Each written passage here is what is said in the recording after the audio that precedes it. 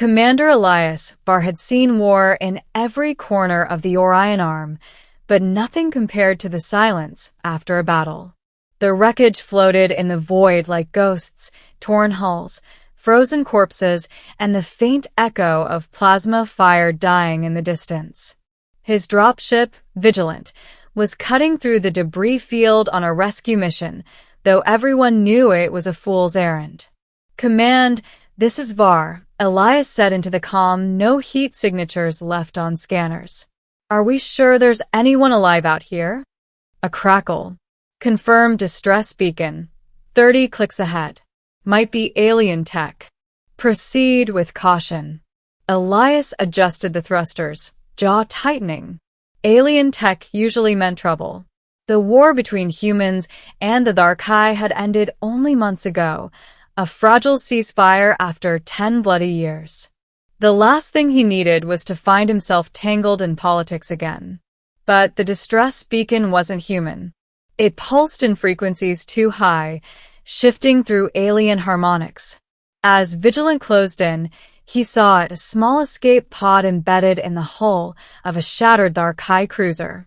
He scanned again. No movement. No life signs. Still, he suited up.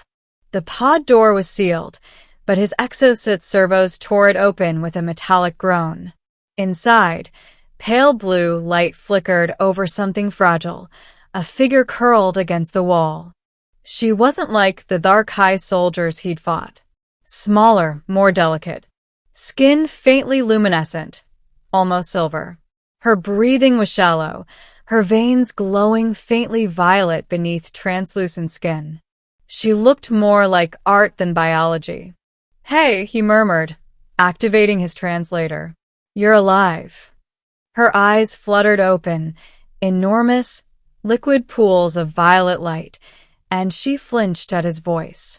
"I'm not going to hurt you," he said, lowering his weapon. "You're safe now." Her gaze locked on his faceplate, confusion crossing her expression. Then she whispered something, a single word that the translator struggled with before producing the rough human equivalent. "Human help." Elias carried her back to the dropship. She was light as paper in his arms. Middle, the girl from another world. The alien girl, her name, he later learned, was Alira, stabilized after a few hours in the medbay. Her wounds were strange, burns laced with nanite residue. She was clearly not a soldier. Her physiology wasn't built for combat. When she finally woke again, she stared at the ceiling, dazed. Elias approached cautiously. "You're on a human vessel," he explained. "You were found near the Karen Drift. What were you doing there?" She hesitated, her voice fragile but melodic. "Running from my people." Running. They wanted to destroy what they didn't understand. Her eyes shimmered with something like grief. "They found out what I was." Elias frowned. "And what are you?" She looked up at him, eyes full of light and sorrow. "A mistake. A creation they feared." Over the next few days, he learned fragments of her story. Alira had been part of a secret Thar'kai project, an artificial hybrid designed to bridge the mental divide between species. Half organic, half synthetic, her mind could link with neural networks across species. A living translator. A bridge for peace. But when the war ended, her creators decided she was a liability. She'd fled before they could erase her. Elias listened in silence, then finally said, "You're not a mistake. You're proof they were wrong." She tilted her head, studying him. "Humans always speak like that. You think kindness can undo creation." "Maybe not undo it," he replied, "but it can change what comes next." Over the following days, Alira and Elias grew close. She was curious about everything, his scars, his uniform, the way he brewed bitter black coffee. She asked questions about Earth, about oceans and sunlight, about what it felt like to touch rain. "You've never seen it?" he asked one night as they sat in the cockpit, the stars sliding past. I've seen its data, she said softly, but not its sound, not its smell. My world has no weather, only light and silence. Elias leaned back. You should see it someday. She turned her luminous gaze toward him. Would you show me? He didn't answer, but something in her voice, the way she said you, made him feel like he was being seen for the first time in years. The hunt. Their peace didn't last long.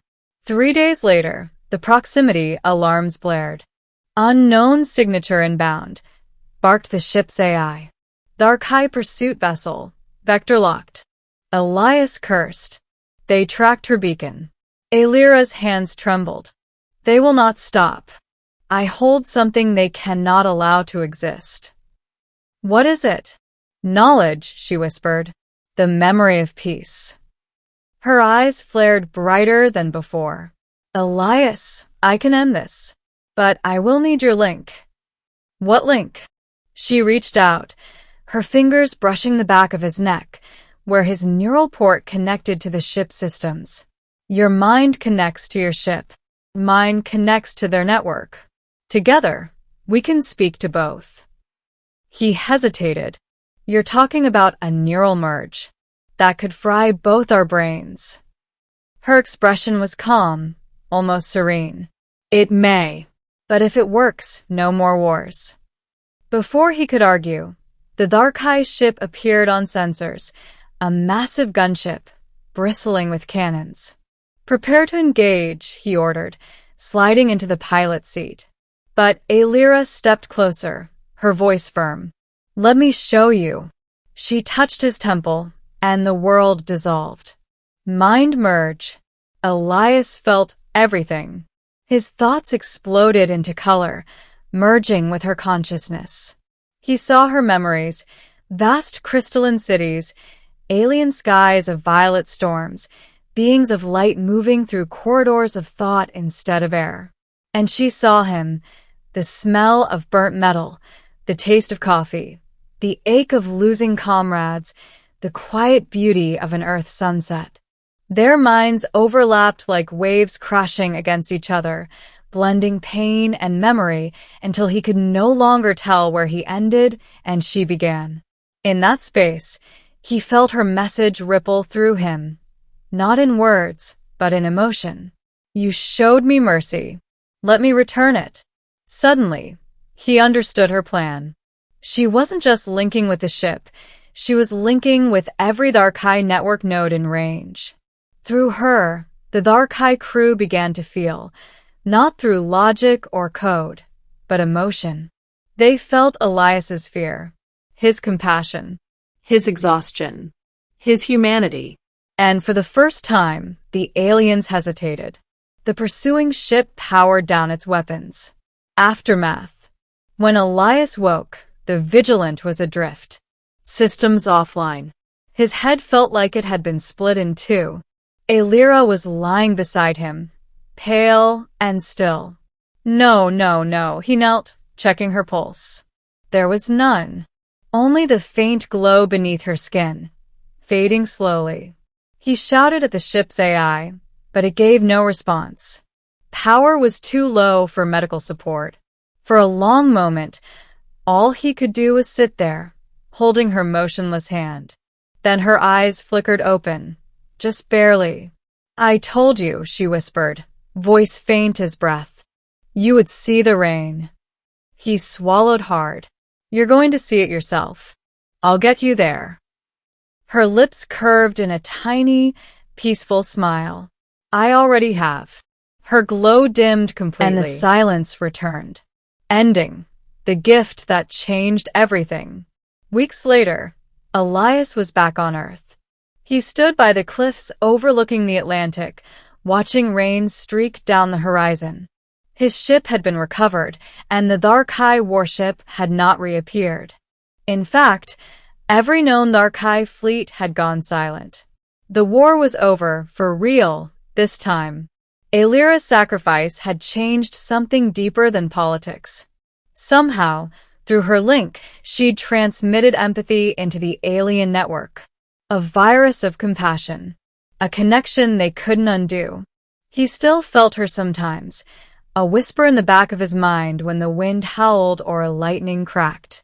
One night, as he sat alone in his quarters, the ship's old AI suddenly powered on by itself. Its voice was softer now, almost human. "Commander," it said, "you have a message." He blinked. From who? The screen flickered, and there she was. A holographic echo, faint and luminous, smiling the way she did that night in the cockpit. "I told you," she said, "you would see the rain." Then the image faded, leaving only the sound of thunder and the smell of the sea. Elias smiled through the tears he didn't expect to fall.